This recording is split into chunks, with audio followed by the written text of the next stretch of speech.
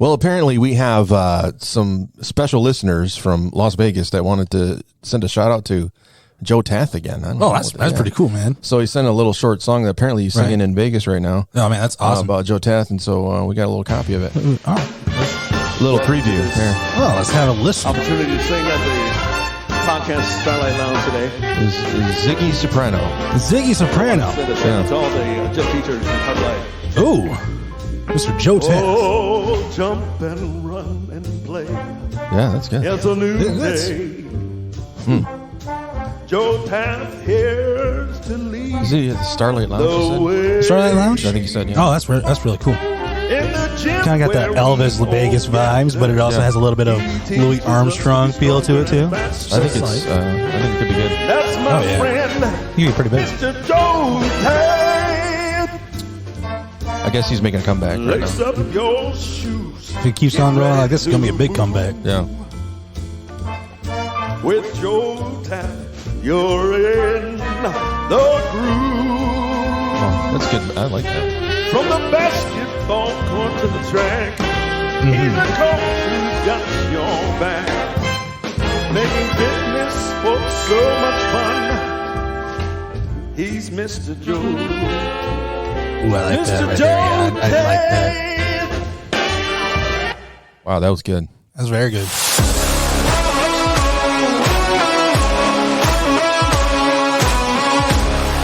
You have found us. More podcast, where we want you to know God more deeply, find lasting freedom, discover your destiny and make an eternal difference. Now.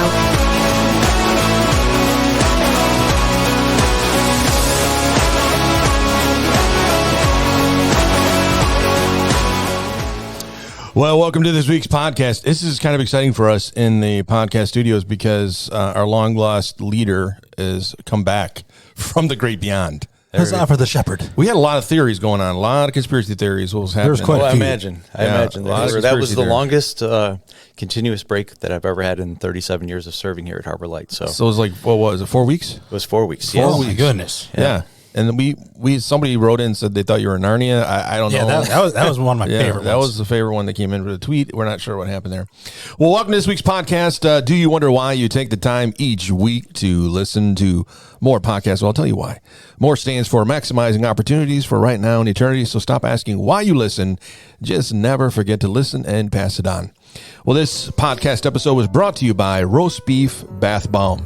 Have you ever wondered what an Arby's sandwich feels like when you dip it into the au jus sauce? Well, find out by dipping yourself into this delightful roast beef bath soak. By the time you get out of the tub, you'll be the talk of the town, and you'll probably be craving a French dip sandwich, Roast Beef Bath Bomb, from Amazon. Type in the promo code Arby's sauce and get an additional 0.01% off of your total order. And you know what? You can just thank us for that when you get your first order. That sounds pretty good. You know what? I'm a meatier guy, so now I can smell like one too.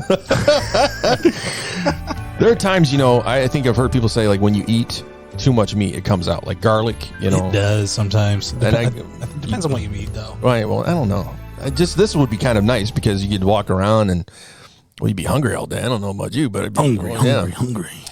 Well, here to help me with your weekly dose of more goodness, the only man who could trip over a wireless internet connection and still be the smartest man in the room, Michael Britton.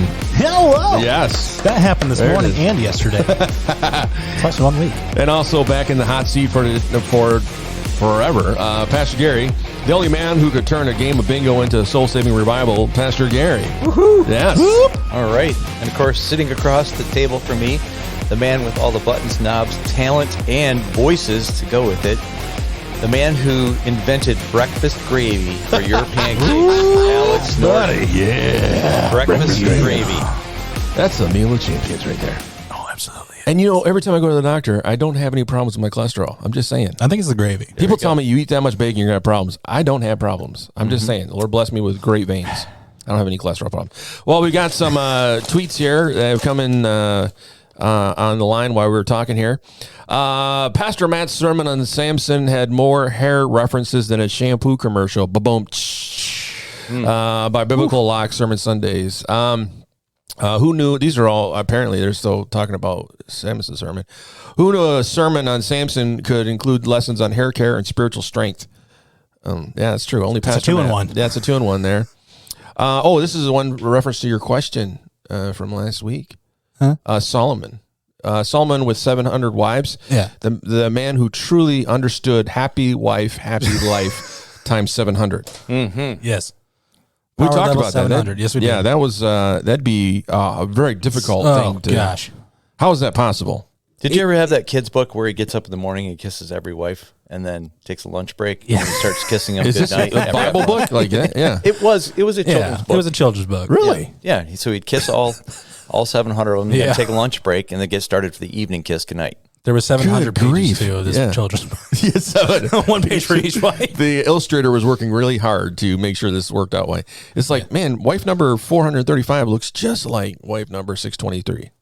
Yeah. Damn, keep it in. Kids won't notice. They won't notice any different. We're going to take an ID break and be right back. Come on, more podcasts coming to you right now. What? In the waves of the air, wisdom we share, spreading Bible knowledge everywhere. From Genesis to Revelations, we dive deep into divine conversation with each verse. A lesson to unearth, ancient words given new birth. In our podcast, scriptures come alive, guiding souls, helping spirits to thrive. We tackle parables, prophets, and psalms, finding peace and healing in their calming bones. Through the stories of old truths unfold, in our voices they sacred tales untold. We bridge the gap from then to now, seeking wisdom to its depths we bow. In every episode, a spiritual load, lightening the path on this holy road. With respect and reverence, we explore the Bible's riches, its profound lore. In this audio journey, faith is sown. In the hearts of listeners, seeds are grown. Yep. That's more coming at you. Well, we've got some more. I got to tell you, a lot has happened since I left. We did. That was A lot pretty has amazing. happened. That was awesome, wasn't it? We did added that. We got a whole new thing Wow. for it. You're going to be surprised by a lot of things today. Yeah. Now, I was out of cell phone coverage and internet connection, Yeah. so I'm in the dark for a month now. That's So a that lot. was Yeah, well- DJ Lil Nort. Little Nort. Okay. Yeah, he makes his appearance every now and then. It's a pretty cool guy. Okay, so yes, Detroit Lions. We got to talk about the Detroit Lions again. It was, Shall we? yeah. I should start the Detroit Lions. Even Detroit though Lions. I want to be like Detroit Lions. It wasn't that great. It wasn't pretty, but the Lions found a way to close the door on the Saints' comeback to escape with a 33-28 win. The Lions gave the ball back to the Saints for a potential go-ahead drive with 6 minutes left, but Jameis Winston couldn't lead another touchdown drive and had the Saints had to punt, which didn't get them close to a win. Detroit ran the final 3 minutes off the clock to escape New Orleans with the win, despite being outscored 21-9 in the second half. That was difficult to watch. The first 3 quarters were so awesome, and then, gosh, I don't know what happened. I really don't. But Goodness. did you get to watch anything like that? I did watch a little of that, the end of that game, Yeah. and I listened to the Michigan game on the ESPN radio on the way home in the truck. Yeah. Michigan Alabama game? Or? Yeah. Who won? Well, it wasn't Michigan Alabama. It was I was Michigan going to Iowa. say, did that happen already? No, Michigan Iowa. He's prophetically speaking that right now. Hallelujah. Yeah. Michigan is going to win that game. Go, Boo. That'd make Ted happy. That kind of hurt for me to say because I'm a Spartans fan, but Yeah. I want him to win. Yeah, but Come on, Michigan. I did also listen to the Alabama Georgia game. And that Yeah. was really exciting, Oh, going was it? right Yeah. down to the very end. So I did show Pastor Ted some Michigan Crocs that I found for him that he could wear. okay, Apparently he's not buying it. I just said, just put it on your Christmas list. You never know who's going to get it for you. Amazon wish list, people. Either your kids would love to get you something special like that. Mm-hmm. I want to take an ID break.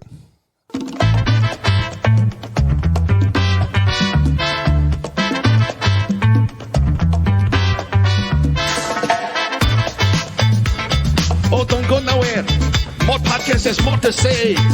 Get your feet moving. Get up from your office desk and start jiggling it. Yes, let's do this. You're on the More Podcast. We'll be right back. All right, we got some more tweets of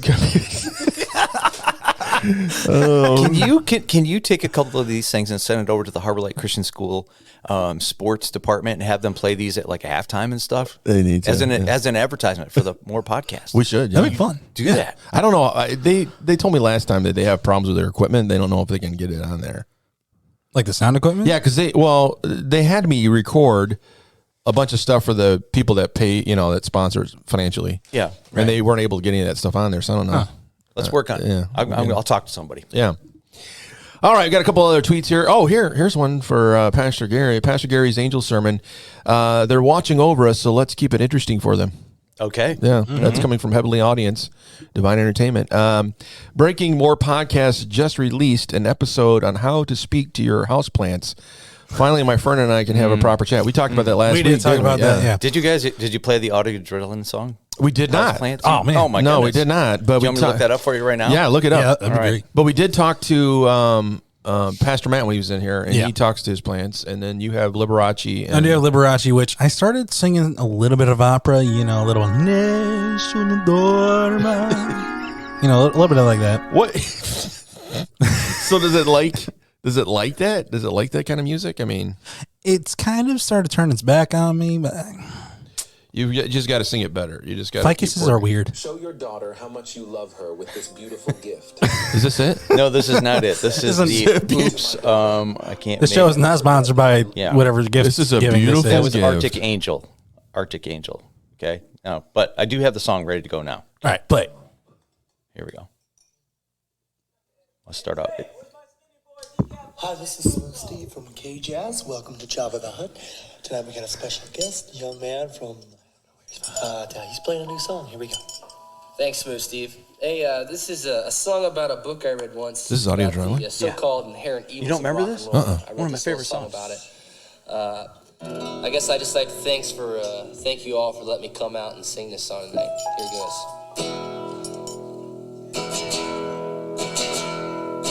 Once I read a book, and this is what it said: if your music has a beat, then you're gonna wind up dead. It doesn't really matter if it's Christian or not. If it's syncopated rhythm, then your soul is gonna rot.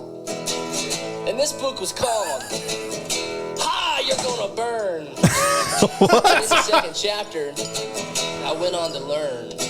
Take two house plants and put them to the test. Set them both in front of speakers and let the music do the rest.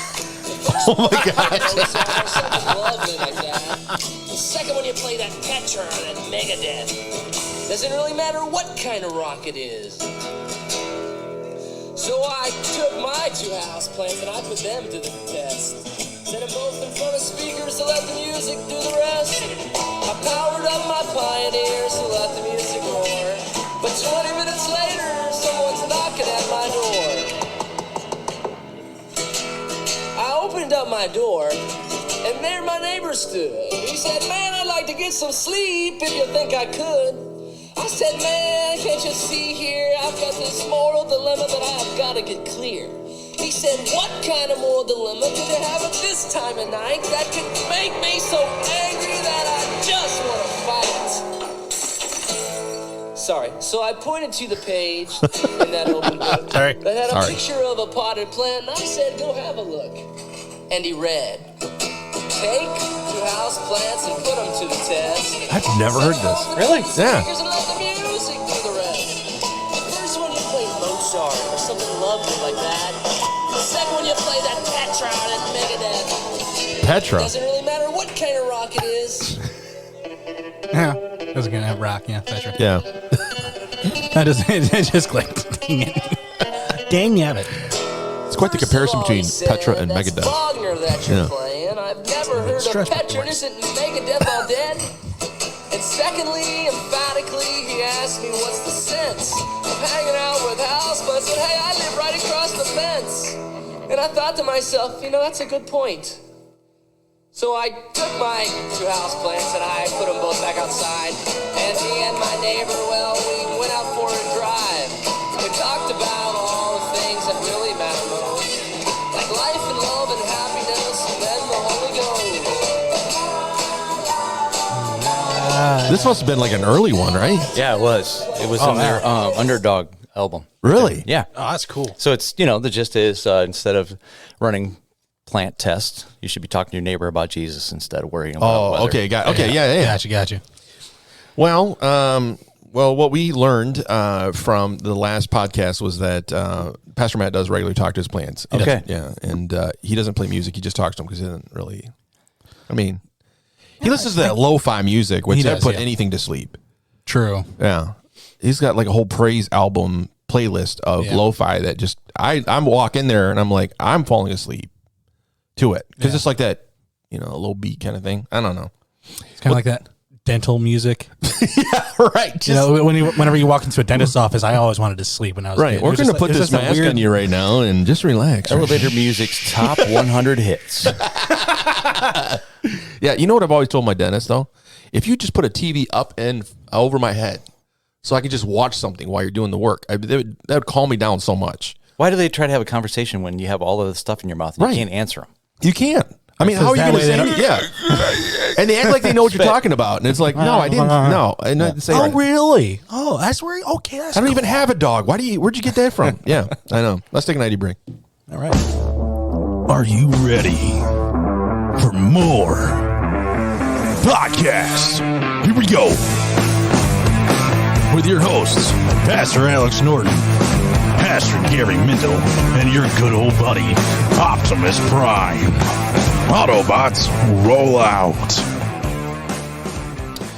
All right, so we've got, we've been trying to help you out through the holiday season, Christmas, to make sure that you do it right. We gave you some Thanksgiving tips. We gave you, last week you talked about songs that you should never play anymore. They should be taken off the list. They're based on a poll that came out, and now we have from one of the major food magazines, they put out a poll of desserts that should never be ever given out again or made. They should be forgotten to history and time. And some of these you might know. I'm intrigued. Some of them I've never heard before, but apparently somewhere in America, somebody has thought this to be a good thing. I bet you there's something German on that list. I think there might be. Yeah. Okay, so the first item on the list, obviously, I'm sure you probably know what it is. What do you think it is? Candy corn? No. Really? Fruitcake. Oh, yeah. Fruitcake, yeah. Apparently, fruitcake in its original form is made with dried fruit, spices, and nuts, and 12 other secret ingredients, which includes some sort of liqueur that you use. A liqueur. If you get a fruitcake now, that person is mad at you. Right, yeah, that's what I'm thinking. It's like a slap not a in the gift. face. Right. It's basically a slap in the face at this point. Right. It's on site. I think I'd rather get cold because you can actually burn it and get something out of it. You might be able to burn the fruitcake. I think it might be one of those, That's true. like starter logs for your fireplace. Yeah, there you go. My mom and dad, when they would get a Swiss Colony or whatever it's called. Swiss cake roll? No, the Swiss Colony baskets or whatever. Oh, yeah. They'd always have a fruitcake in there. And literally, the fruitcake would last an entire. We would forget about it, and it'd still be just the same way it came when it originally came, like the whole 12 months ago. Hard as a rock. Yeah, and I tried it one time, and I was like, that was the last time. I'm pretty sure. It was the first and gastrointestinal last issues. time. I don't know. It was not good. Okay, here's another one. I might not be saying this right, but apparently it is a real item according to this magazine. Panettone bread. Panettone bread. Have you ever heard of that before? Panettone bread? Panettone bread? I don't know. I'm pretty sure Lucy Kay, if she's listening, she's can help me figure this out. Panettone bread, which is a Milanese dessert bread, which that's what they say. This is a dessert bread that they used during the holiday seasons, Christmas and whatever holidays they had there. But it's not actually a dessert because it doesn't contain any sweet anything whatsoever. I was going to say, it actually has sweet? a lot of salt in it. It almost sounded like you said mayonnaise bread. That's what it could be. It's Milanese dessert. It doesn't qualify. It qualifies a dessert to the Milanese, whoever they are, but it is not a dessert item, and it should not be put in the dessert bracket. But apparently, they keep doing it. People have tried it, said that it's probably the most saltiest bread they've tasted. They actually put raisins in it, but doesn't help anything. It's actually kind of gross when you have raisins and salt bread together. Yeah. Yeah. I mean, would you eat it? No. Mike, I mean, absolutely. I eat a lot of things. That's what I was going to say. I mean, But Mikey would that eat is- anything. Mikey likes everything. Well, Yeah. But not that. but not that. I like a lot of things, but don't like that. You're not going to eat that. Okay, well, here's one. I'm sure you've heard of this before. Plum pudding, right? Yeah. It was made popular by the Dickens stories. Yep. Okay. Apparently, nobody really considered that, eating a bowl full of laxative was a good thing on a holiday. Are you kidding me? How else are you going to clear out your intestines? That's what I'm saying. I mean, why would you do that to yourself on a holiday season? Okay, if you're going to get rid of plum pudding, you might as well get rid of Metamucil. Okay? Right. Okay, here's show is brought to you by Metamucil will help you live your life better. Smooth. Let's think about the historical context of this, Yeah. right? Yeah. Because Dickens wrote during a period of time when indoor toilets were not a thing. But yet, this is the most popular item for a holiday season, get together. I just don't know. The only thing that comes to mind whenever you say that is that Wind Rose song, Digging a Hole. I'm on dwarf and I'm digging a hole. Diggy hole. So apparently, this has been evolved into like a bread pudding.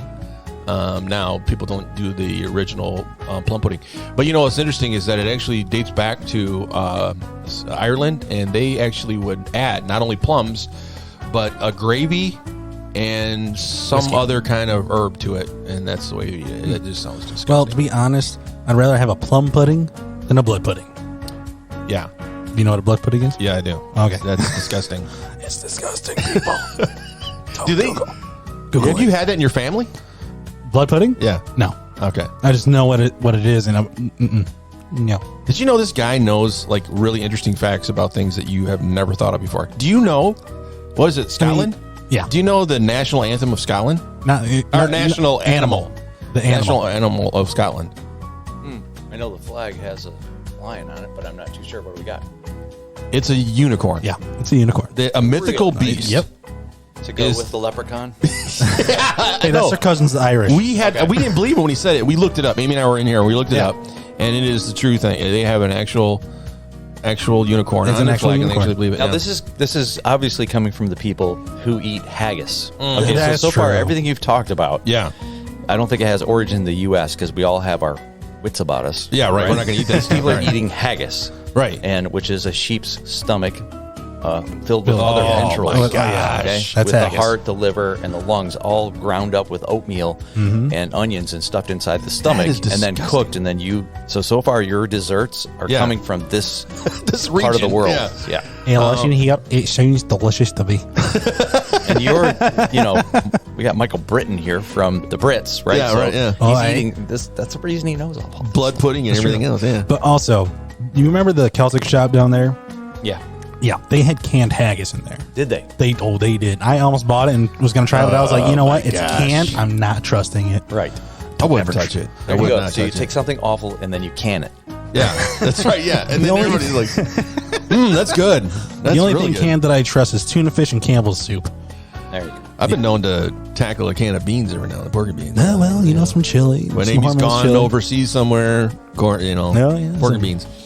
All right, here's another one. You guys remember the Lifesavers Christmas books that you get sometimes from it wasn't the Dollar General then, but like a Woolworths or something like that. No one remember? Yeah. No, I don't. Well, apparently, I had a very, really bad childhood because I get those from my relatives. It's a book. They open it up. It's got a bunch of lightsabers in it. Okay. But they're not the good ones. They're like lime flavored, lemon. The like collector's edition. Yeah, it's like the worst of the worst I have lightsabers. I have a grandson right now who's collecting coins, and I gave him my little blue book that has all of the coins in Oh, it. yeah. So yeah. I'm picturing a kid opening his lifesaver book, and he's like, "Look, I have the 1943, know. cream of tartar, no, it's so bad. cream of kinda tartar like lifesaver." I'm like, why would you give this to a kid? Nobody wanted them. Because it's funny for the parents. It's kind of like when your parent said, here's a jelly bean, and it's a booger flavored one. Did they do that to you, Michael? Be honest. I don't know about the It's- you statute of can confess. limitations will affect my parents or not. You but can confess. Pastor Matt did it. Pastor Matt's had lots of youth games where Yeah. they had those Oh, flavored. yeah. Oh, we heard about them last Yeah. week. Oh, you yeah. should probably listen to the Old podcast. socks. Yeah. Yeah. The podcast from last week, you might want to listen to that. Yeah, it was a good one. It was really good. It was fun. It was a lot of fun. Okay, here's the last one. This one I think definitely should be banned. I can't believe they ever made this. Was cherry candy canes? What? You don't like those? No, What's wrong with Why that? not? they're just not normal. Peppermint is the only candy cane that should be sold during Christmas. You need to expand your horizons. Sometimes change is a good thing. Oh my gosh! Well, this is on their list. I agree with him. I declare a taste bud celebration inside of your mouth right now. You need more. You need Amen. Come on. There we go. Yes, it did. Down in the river. Oh my gosh. Okay, well, we'll be right back. I need a break and then Rapture Ready News. Wow. Good morning. It's great to be here. Don't know how I got here so fast. Probably New York or something. But I'm on here. The Wish I Can version of Christopher Walken. Here on the More podcast. We'll be right back. You didn't know why you were gone. We had so many star-studded people calling in. Exactly. Wow. We got them all now. Hey, listen, Ziggy it's Soprano, Christopher Walken, Optimus Prime. Optimus Prime. I mean, we do them all here. Dude, he was so cool. I didn't get to see Bumblebee, but Get Rapture ready with your favorite host today, Pastor Gary and Pastor Alex Norton, as they come to you with information that you need to make it through the times coming ahead and more.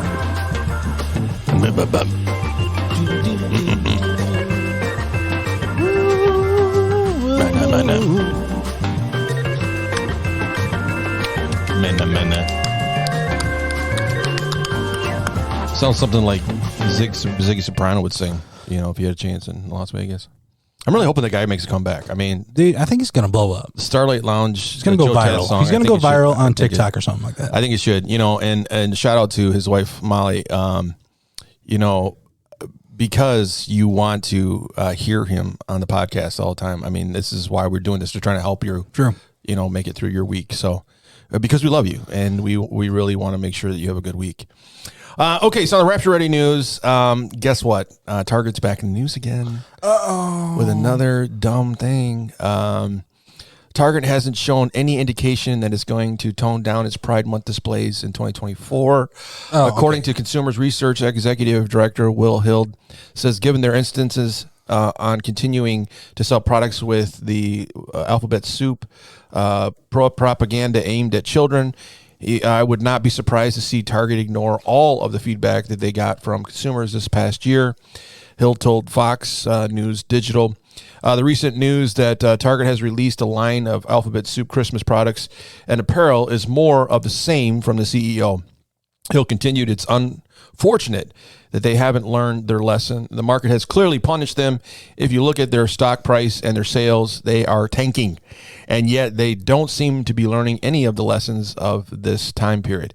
Unlike many other companies that have toned down the woke politics in their stores, including Walmart, Target refuses to change it.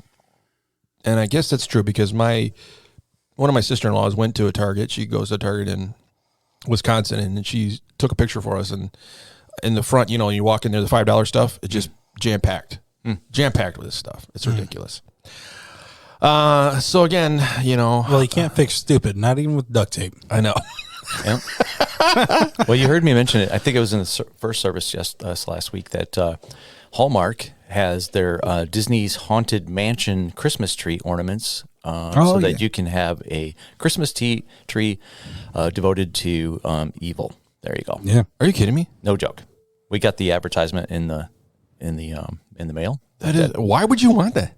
Exactly. Some people really like spooky season. Yeah. That's just they really I'll do. tell you, have spooky season some other time, not on Christmas. All right, yeah. Yeah. Although confession time for me. I did see a tree that was made into Darth Vader, and I was tempted to try to talk my wife into it. Even though the dark side has cookies and cool trees, don't do it. Don't do it. Obviously got shot down. Mm-hmm. So, hey, this is a news report, breaking news. Breaking for news. everybody that's been wanting to know if it happened. I was given, to use a bow and arrow to shoot a lead line over my Christmas tree that's like 90 feet tall. And so I can run lights up there. And my first attempts did not work because I was using bolt line, which is too heavy for an arrow. Yes. Mm-hmm. So I went and got a mason's rope or line, to mark off for masons. Yeah. And I shot it over. It's over it. So now, as soon as I get home when it's daylight, when I can do it. You did that in the dark? I did that in the dark. Nice. And it shot over. And so now I just need to run my lights up on the line up to the top, and then start wrapping it around. Do the twirly. Yes. Wow. And my Where wife, did you get this off YouTube? How did you learn this? It started out with a redneck idea. That's usually where it starts for me. And then I started talking to people that know how to use bow and arrows, and you weren't here, so obviously I didn't have you to talk to. Yep. So I had to refer to Dave Batchelor and It's a good choice. Mark. Oh, I can't think of his last name.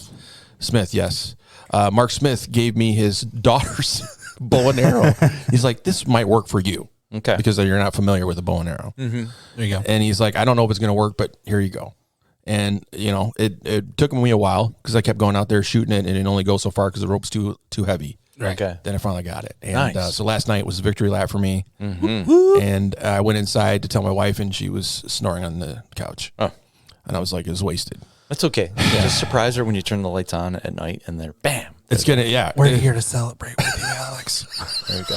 So you got, the lighting of the tree in, New York City, and It's going to be a Christmas miracle. there you go. I have Norton's literally Family about Christmas. 1,050 lights I got last year from Lowe's, this and is they were gonna be on like the sale like National for Lampoons. 80% off. Nice. Yeah. Heck yeah. So I'm like, that tree, there's It's gonna be lit. Yeah, they're going to see it from they're gonna see Does from it the have a space letter of station. authenticity inside the box, like made from real Chinese Christian prisoners? There you go. These are made by your favorite sweatshop workers. Thank you. Yeah, it's I don't know. They're LED lights or something. I'm pretty sure they are. But they should work. But they're Should. bigger bulbs. Yes. Yeah. So basically, this is going to be like the National Lampoon's Christmas Vacation, Oh yeah. and it's going to be bright as all get out. It's going to be good. And my wife's going to kill me for the electrical bill, but it's Wait till gonna be she's awesome. napping and then do it. Yeah. Sorry, Amy. I was just like, here's some NyQuil. Go to bed. She'll be like sleeping, and all of a sudden she hears a hum, and she'll wake up, and it's the meter running. Yeah, she's like, what is going on in here? Lights are flickering. What is that Smelling insane hot in ticking here. sound? Don't worry about it, honey. It's just the electrical meter. The neighbors' lights are going on and off. The bearing's going out on the meter. That would happen in my neck of the woods because we're all on some sort of weird, squirrel runs the power system. So Okay. I'm not sure. Squirrel? Yeah, it's a squirrel. Oh, my that's gosh. nuts. I got you that one. Gotcha. Discover the magic of transforming spaces with Sean Meyer Construction. From visionary designs to impeccable craftsmanship, we're your partner in creating remarkable homes. If you're looking for a contractor to do the right thing at the right time for the right price, let him build your dream together. Contact Sean Meyer Construction. So Linda Murray won the big prize again. Oh, nice.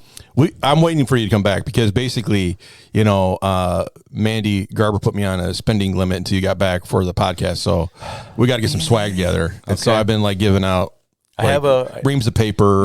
now that Ben has gotten the one and only More hat. Yeah. Now we're going to be moving on to the new season of More hats, and so we'll get some hats in here. We got to do something because apparently, what I've been giving out, I'm like, I had my wife make somebody some peanut butter and jelly sandwiches that went over pretty good. And yeah, so it's been okay. But I'm like, I got to wait for money bags to get back here because I don't have that in my budget. So Welcome back, Pocketbook. There we go. Pastor Pocketbook. Pastor Pocketbook. There you go. Derry. I got to be respectful. Pastor Pocketbook. Pastor Pocketbook. Do not forget it. Okay, so the big question was given to Linda Murray. But if you want to be a part of this next Harbor Light Bible Trivia question, all you have to do is send it to harborlightbibletrivia@gmail.com, harborlightbibletrivia@gmail.com, all lowercase. And we had one from last week, which we put out there, which was about something. It was, what animal pants after the water brooks? And the answer was the deer. Oh, that was the deer. The deer. Okay. I was thinking about a lot of different animals, raccoon, but that wouldn't be in the Bible. Yeah. I mean, it might have been a lynx. And we were doing the King James version, the Pantathith. The Pantathith of the waterth. I was doing the Monty Python one. Was it? Oh, what if animal pants out of the water brooketh? And that was the question. And we had a lot of people write in, actually gave the reference in the scripture, in the Psalms. Yeah, so it was good. We used to sing that song at Harbor Light. That's As the what we deer yeah. panteth for the water, so my soul longeth after thee. It was an altar call song that was used many, many times, you know, and then you just you keep looping it, you know? Yep. And then the praise team's like, where are we at now in this song? You know, just keep singing the same song over and over again. It's kind of like How Great Is Our God. I love that song, but Pastor Matt said he was having PTSD when he read the question because he knew the answer, and I'm like, well, yeah, we all have it. We all have those moments where a song will come back to us and we're like, he had an eye twitch the rest of the show, though. He did, yeah. Kind of threw him off his game. He was having a problem with it coming to So Bible is the talk. S in the PTSD stand for service, post-traumatic service disorder? You've been a part of a service where you had to... That's a Christian version. Okay. Yeah, that's a Christian version. Yeah. And if you have that. So we have a Bible trivia question for this week. And because our Bible trivia man is back, Pastor Gary, what do we have? All right, we're going to jump over to the New Testament, connected with the series that we're in right now, called, right. Christmas According to, and that is how old did Herod have all of the little baby boys killed in Bethlehem? So it's called the Massacre of the Innocents. Oh my gosh! And so, what was the age? Every little boy this age and under, and then the bonus would be why that age? Why was it that age? Oh, that's good. Oh, that is a good one. Yeah. Oh my goodness. So it's a number response and a reason response. Oh, this is going to be good. Okay. It's like a multiple choice. This is going to be some research. Well, you know, Pastor Amy did throw the gauntlet out last time. She said we got to up the ante on these questions. Okay. She said that to us, and we're like, okay, well, we'll work on it. Okay. So that is definitely up the ante on that one. That's good. So you need to know the age. Yep. Yes. And the reason why. Reason why that age is important. And well, if you have the answer, send it to harborlifebibletrivia@gmail.com. harborlifebibletrivia@gmail.com. You know, it'd be great to get some answers from some other countries we're in. Did you know, I told you this at staff meeting, 26 countries pick up our podcast. 26? 26. Wow. And at least awesome. 4 of them don't speak English. Right. Hola. Yeah, and then why don't you go ahead and give us the download number? Oh, because yeah. that's important. The weekly the weekly listening number is 465. Yep. That's on average. And then the download is 5,000 right now. So we've had 5,000 downloads. Why is that important? Because that's people actually taking the opportunity and time to download our podcast onto a device instead of just listening to it, you know.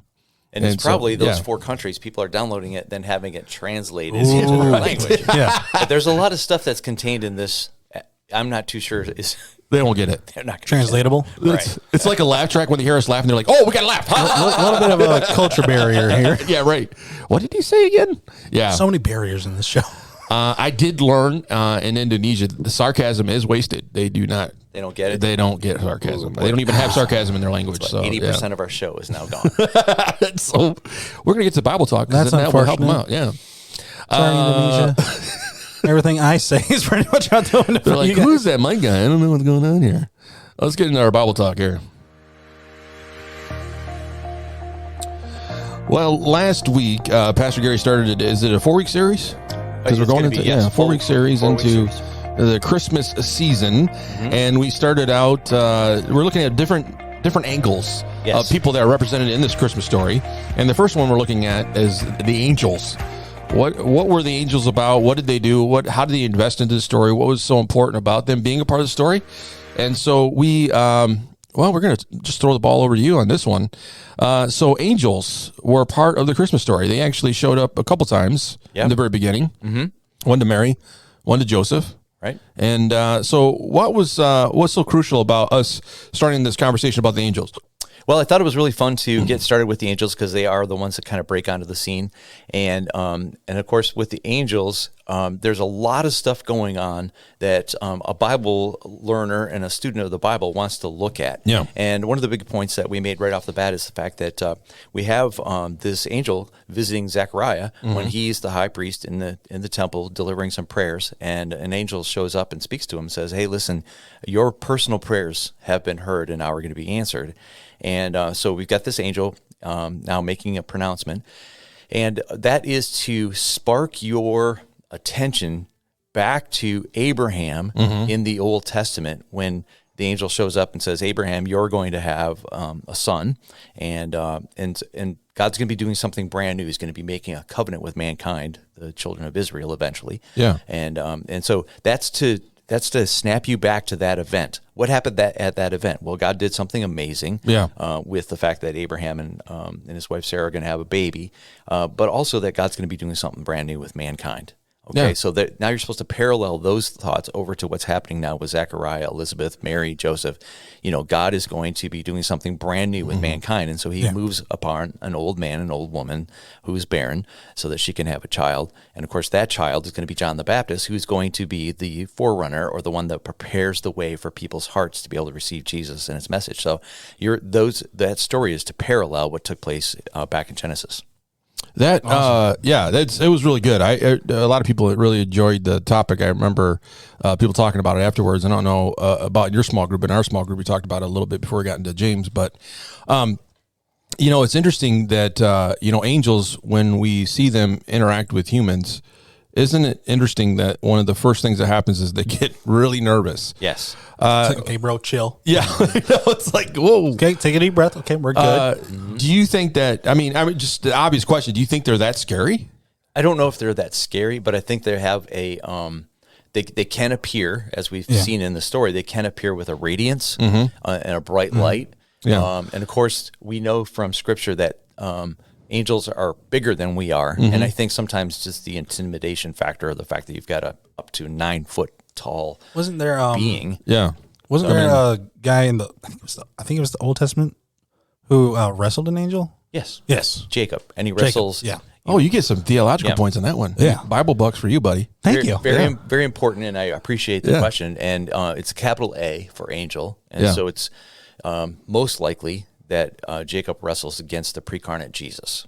And in the 50-cent word there is a theophany. Yes. Theophany? A theophany. Wow. It's like an ASMR. A theophany. Yeah. Yeah. No, I mean, that's awesome. I didn't know that. Yes. Yeah. And therefore, Jesus and Jacob wrestle. Right. And Jesus puts his hip out, of course. Right. Of course. And Jacob has his name changed to Israel, which is a perfect segue right into what we're talking about now. Yeah. So, so the angel is the messenger giver and the announcer of this great, incredible thing that God is doing.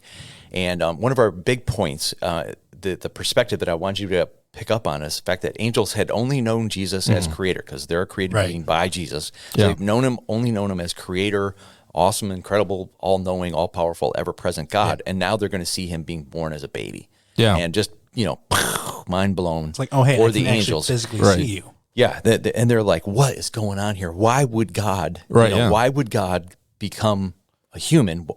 Why would God become a human baby even more extreme? That explanation explains perfectly, now that you mentioned it, the whole army of angels celebrating and praising Jesus. Yeah, that explains everything. They're like, oh my gosh, look at how great God is, right? Yeah.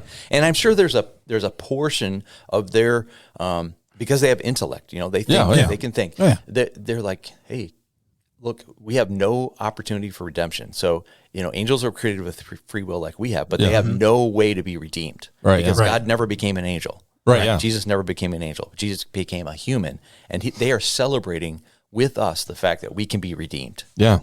So just a lot of really big perspective that many people just kind of brush past quickly, the number of times that they've done the Christmas season. Oh, yeah, absolutely. And I really wanted to, just kind of slow down a little bit and let's get some perspective of different people who are beings that are a part of the story. Yeah, that definitely gave me perspective. Yeah, it does. Because it's just like, oh, yeah, cool. I read it. It's like, oh, yeah, cool. The angels are celebrating. Whoop, whoop, Jesus is born. Yeah. And then now that I have that perspective, it's like, that changes a lot. Yeah. And I tried my best at the beginning of the talk to ask the question, have you ever had someone take a step in a humble position, step down from an area of authority or step down from some gift or talent that they've had to serve someone else? And I gave that story about Mr. college.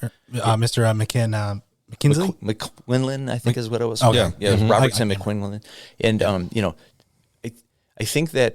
I think I wanted people to be able to connect with this idea that, when we see someone take a humble position to serve someone else, how inspiring that can be. Yeah. Can you imagine the angels seeing Jesus taking this enormous step down to humanity? Well, it is a big deal. And then, from a pastor's perspective, and one in which I've had many conversations, he gave up his divine privileges. Yeah. He was 100% God, but he's 100% man, but he's given up his divine privileges. Mm-hmm. So everything he does and experiences here as a human is what you and I go through. And that's obviously right from the book of, Hebrews, that we have a high priest who can totally connect with our difficulties, our temptations, our struggles. Yeah. Because he gave up his divine privileges. That's the perfect rabbi in human form. Yes. Pretty much. Yeah. Perfect example of what he's been saying all along shows up, and there he is now saying it in the flesh. You didn't get me before, but now you're going to get me. Now you're going to get it all. It's interesting. If you read Hebrews chapter 1 and 2, it really talks about that interesting sort of behind the scenes of what the angels were experiencing, how they experienced what was happening there. It is confusing to think that God would go out of his way to do that for us, in a sense, a lower life form, compared to what the angels are.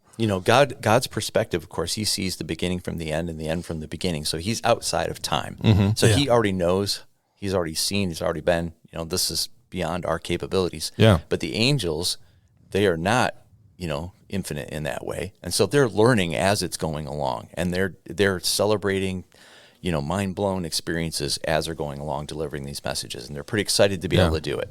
So, what's interesting is that you started talking about some of the things that angels are, trying to help us understand the idea of what an angel is. They do apparently have hierarchy. Yes. Because the people that showed up to, or the angels that showed up to Mary and Joseph, were not just the run-of-the-mill angels. They were archangels. Yeah. So we have archangels, you have seraphim, and we have cherubim.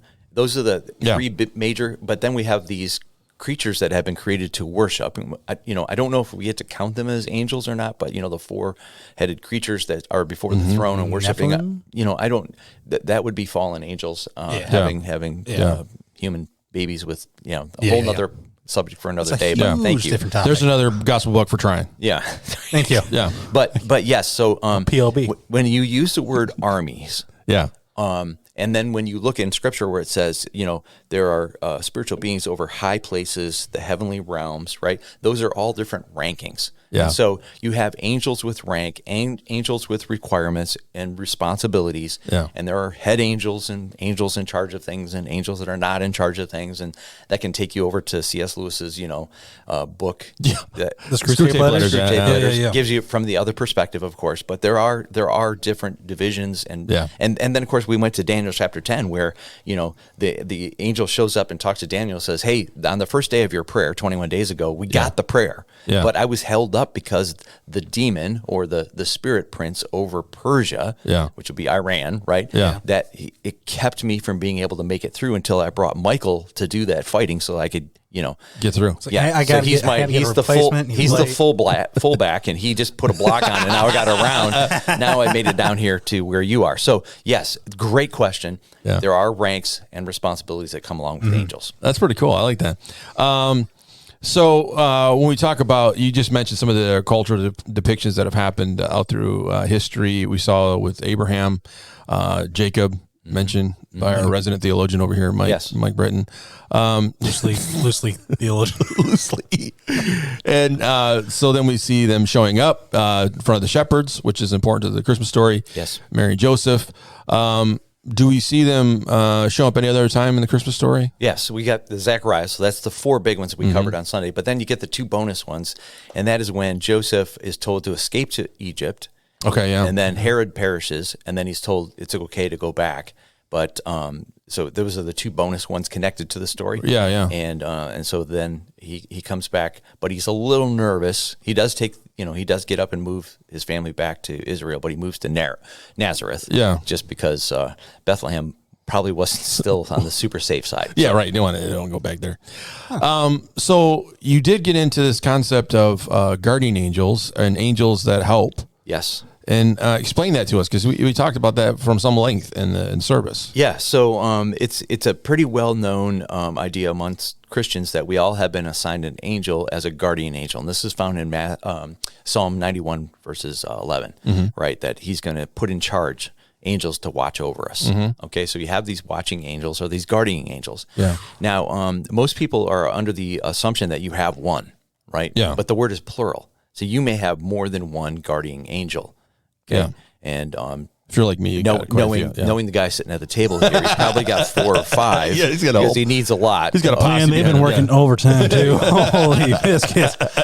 Yeah, so you have a guardian angel from Scripture. We can see that that they've been assigned to us to guard and watch over us. And it actually even goes on to something that Lucifer quoted to Jesus in the temptation, that they will not let your foot be hit a stone. You're not going to get hurt. Yeah. That's from that passage of Okay, Scripture. yeah. But it isn't written just to Jesus. That passage is written about us. Yeah.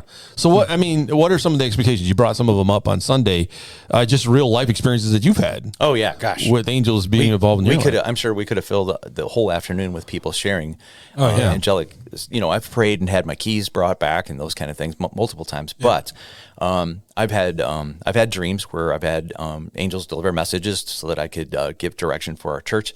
But I've had my children. One time were rescued by 2 angels. They were up in the Straits of Mackinac with some friends. The friends weren't paying super close attention, and so my children, who were quite young at the time, probably 5, 6, 7 years old, they went onto a raft and got sucked out towards the Straits of Mackinac. Oh my goodness! And all of a sudden, 2 men from a boat that just came from nowhere stopped and got our children back up onto shore. And when they turned around to thank them, they were gone. Yeah. So I had my daughter see an angel go That's to awesome, the apartment above our, and she was only about 3 years old maybe at the time, and she was able to describe very, very accurately what an angel looks like. Yeah. So we actually went up, and the door was actually ajar to the apartment above, but there was no one in there. So we're just going to believe that angel went up to shut the gas off or whatever it might be. Yeah, whatever it was. And multiple experiences. Wow, that's awesome. Yeah, just the other day, I had one of my grandsons riding his 4-wheeler in the front yard, and he came zooming back to us, and he was just filled with excitement. He had just seen Jesus standing at the end of the driveway. Oh, that's cool. And so the first question we always ask is, well, what did he say to you? What was it? And he said he didn't really say anything, but he just kind of gave me the wink that everything was good. So wow, that's awesome. It's an amazing experience. And so I think if you have, an angel appearance or anything like that, usually the Lord's up to doing something good in your life, and be prepared. Yeah. Just as we are looking in this story. So the angel shows up, Zechariah, Mary, Joseph, hey, something great's going to happen in your life, and he just wants to prepare you so that your eyes wide open approach to life coming up. I was thinking of when I was telling my wife about this one, when my dad was still pastoring in East Jordan. There was a guy that showed up, and him and his wife were having problems, and he showed up with a gun. And he was out in the parking lot waiting after church to take his wife home. And he pointed the gun at my wife, and all of a sudden this big old RV pulls into the parking lot of the church. And I remember this because I was like 9 years old. And pulls into the church and steps out and starts talking to my dad, and then sees the guy and starts talking to the guy. And I don't know what they said because I wasn't a part of that. My mom we were in the church. And they just kept talking, and eventually the guy gets back in his car and takes off, the husband, and the wife, she gets on her car and takes off. But my dad was talking to him. I remember giving him a hug. The guy gave him a hug. And then the RV turned around and was just sitting there. And we turned around as my dad was walking in, looked it back out there, and this big RV is gone. Yeah. We had no idea where, and there's no way the RV took off out of the parking lot. Right. And we're still like, that had to be something. And everybody was like, yeah, it was probably an angel working that situation. One time I was on vacation. I was standing at a gas station pumping gas. And just, minding my own business, standing there waiting for the fuel tank to fill up. And a car pulls off the road, like not coming off the road crazy, but just pulls in, pulls right up to me, gets out and says, there's a radiance about you, and the Lord's presence is with you, and he's very proud of you. And there's a joy upon you that is evident. And they got in their car and drove away. They were like, what? That is no joke. Yeah. Dang. So I think an angel just gave me some encouragement that the Lord's with me and everything's going good, and that people can see or sense the Lord's presence in my life. Yeah. Can you imagine that? That'd be really cool. They just literally just pulled up, said the word, got back in their car, and drove away like it. Yeah. And there like you go. Like a normal day. Okay. He does that every day. Okay, yeah. All right. Do you remember what kind of car it was? No, I have no idea. I always think of man, some angels pulling up in a Ferrari, man, just like right there. Yeah. Fiero. Or a Gremlin. Yeah. Gremlin, yeah. Hatchback there. Firebird. So, talking about the symbolic meanings, why do you think that God uses angels in that way? I mean, that's I don't even know how far I can go down on this pathway, but I asked that question in my preparations. Yeah. Okay, so if we have this all-knowing, all-powerful, ever-present God, why does he even need help? Yeah. Right? Can he just take care of everything on his own? Right. And so that's a big question, a really big question. And as I started to dig into it, I realized that, the angels were created on the second or the third day of creation. Mm-hmm. Okay, all created at one time. Every angel ever created was created at that time.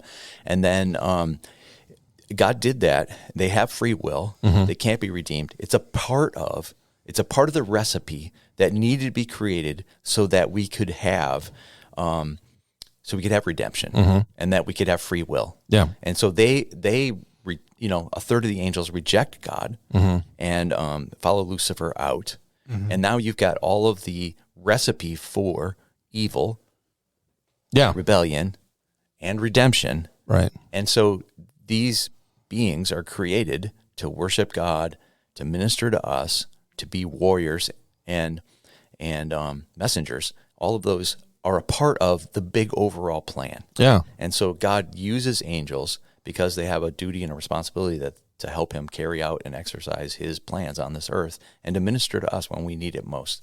But it's also connected to the bigger story of free will, rejection, and redemption. So it's a big question.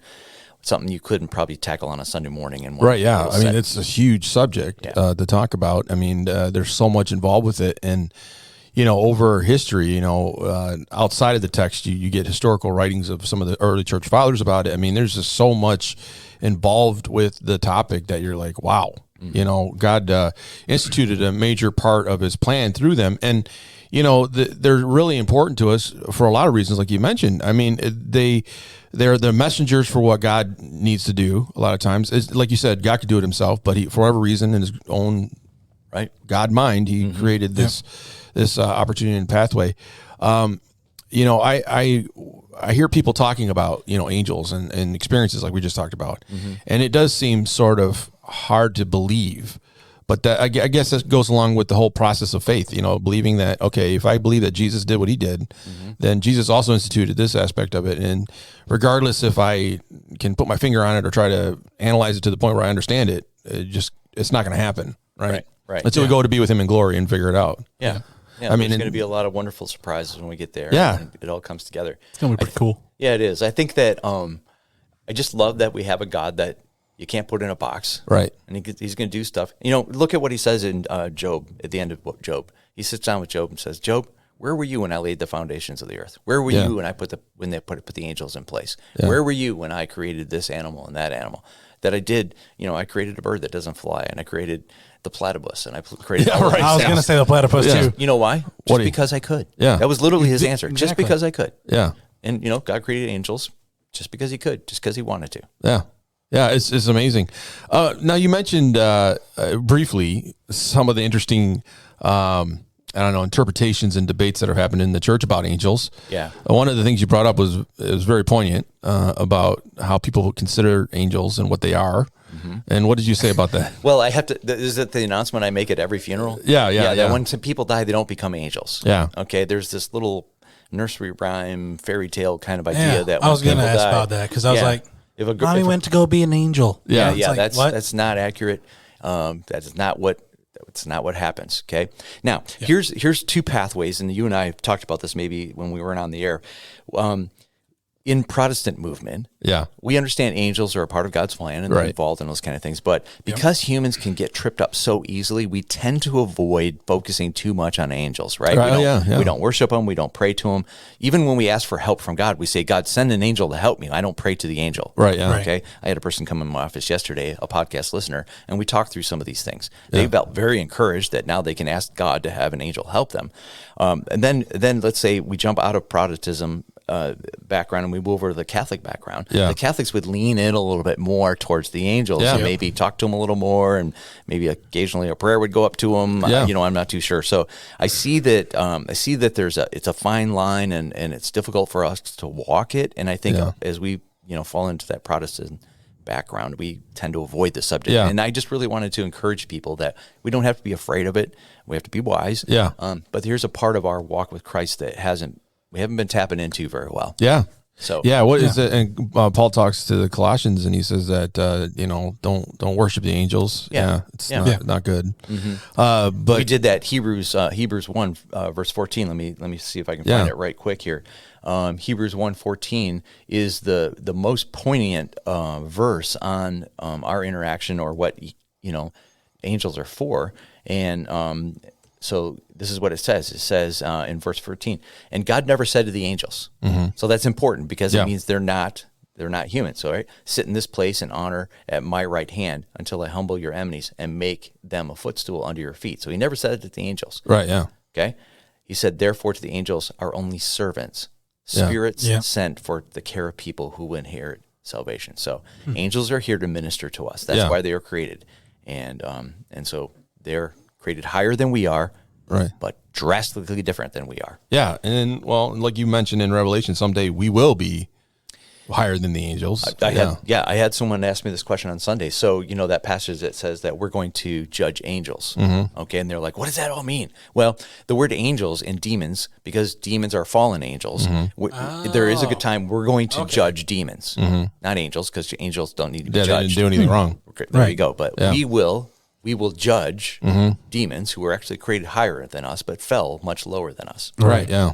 So we'll have that authority at some point, but it's interesting, but that will come after we've been translated and been transcended, translated. It's probably right before before the great white throne judgment, before the final judgment of judgments, made better. Which is also crazy because I had a conversation with this person in my office yesterday. So, and when we start talking about angels, then you jump over to Genesis chapter 6 and, the sons of God, which means angels or demons, saw the daughters of men and they had children with them. And then you mentioned the name of it.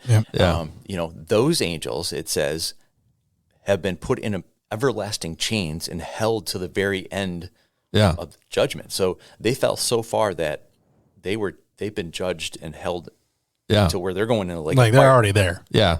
There's no hope. They can't get out. Right. No hope for them. There's What was that coming back from that one? What was that word that pays today that you mentioned?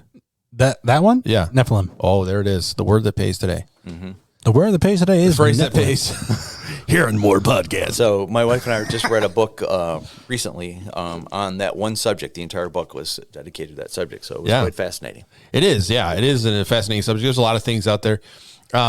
You can get caught in the weeds with that stuff too. I mean, my wife and I were talking to somebody yesterday about it, and they're working on getting school done. And I'm like, the Bible is not necessarily a historical timeline; it's a redemption timeline, which is different. So it talks about redemption. The whole purpose of the Bible is to talk from beginning redemption to when we find ourselves on the cross. Yeah.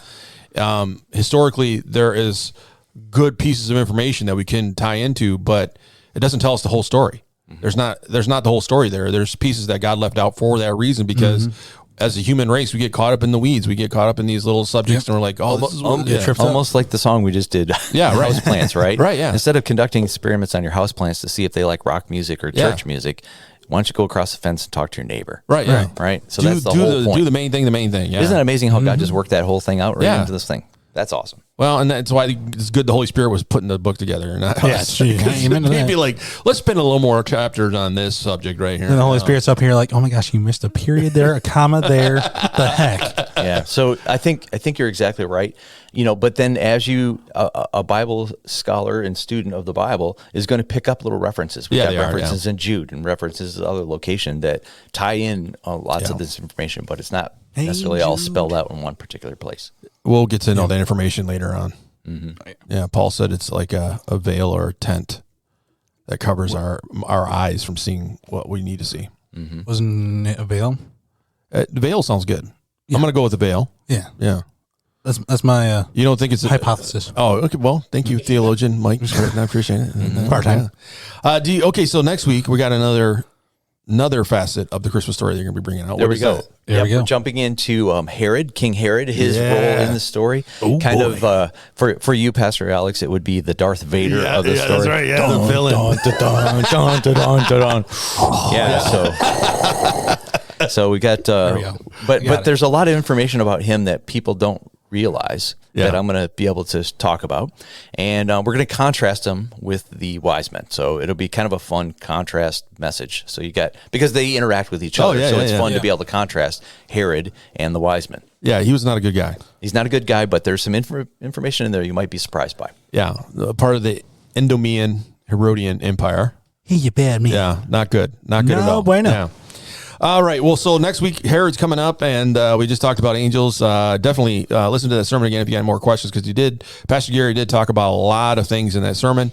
But Herod be coming next week, and then 2 more weeks. You got what's after Herod? Do you have that? Herod, I can't remember exactly, but we get into the people of Bethlehem and the innkeeper. We're going to contrast some of that kind of stuff. We're going to contrast. Then we end up with the actual family of Mary. Christmas Eve will be about Mary. Yeah. And I'm going to try to find somebody to do Mary, did you know? Oh, I knew it was coming. Do you think we should? You need to. Yeah, you need to. Neil Britton. Do you think he can do it? Oh, yeah. Okay, so we got to see if we can get Neil Britton, your baby boy. So I think it would be really fun to have that on Christmas Eve as the Christmas Eve. Oh yeah, you've got to. Yeah. He loves Christmas songs. He's probably listened to that song since July. Let's not talk. You know what? Did we tell you about Neil? We found out. I've heard a little bit. I love and respect that man so much, but nothing surprises me. Okay. Well, that wasn't bad. We didn't say anything that I think would be bad, because we told him. But he would give up football over a Lifetime. He would watch a Lifetime movie over football. Christmas Hallmark movie during the Super Bowl. Yeah. And the ladies or the people who were watching the Hallmark movie was in the house, and then the guys were watching the Super Bowl in the garage. And I said that my dad would probably more than likely choose the Christmas Hallmark movie because it's going to have a good ending. The Super Bowl's not going to always have a good ending. I talked to him about it. I'm Which hopefully, knock on wood, and there's never any kind of a malfunction of the suits or anything. Yeah, that's true. Yeah. True. I know. I told him, I said, but I look at you as a man's man, and then this happens. But I can't really talk right now because my wife is really happy with me because my heart has grown 2 sizes this Christmas. It has, yeah. I have. You got it, the butter ornament. I did. No, I didn't. But I have been listening to nonstop Christmas music in the car and watching Christmas movies. Well, did you notice what was happening to me yesterday at the staff meeting? Yeah, about 3 or 4 times I got all teary eyed. I know. It was kind of what crazy. is happening? I don't know. I get soft in my days. It's Christmas. Christmas. Your heart's growing. My heart was growing. I don't know. For a long time, Christmas was a hard thing for me because I always had to work through it for 6 weeks, getting ready for bell ring and stuff. So Christmas was not fun for me. Right. And so I told my wife it took me about 3 years to get that out of my system to where I can finally just kind of enjoy Christmas season. So I think I'm there now. Okay. Nice. Good. So, well, that's all we got today. So we'll see you back next week. Pastor Gary, it's good to have you back in the house. Thank you. Yeah. Thank you for having me back. And it was good to have Michael here in the studio. Good to be here. Mike has been kind of like my co-pilot the whole time, man. That's awesome. Yeah. And so I keep calling him to come on because he keeps me humble. There you go. I appreciate him. Yeah. All right. We'll see you next week. We want you to know, find, discover, change with us. More podcast ending transmission now.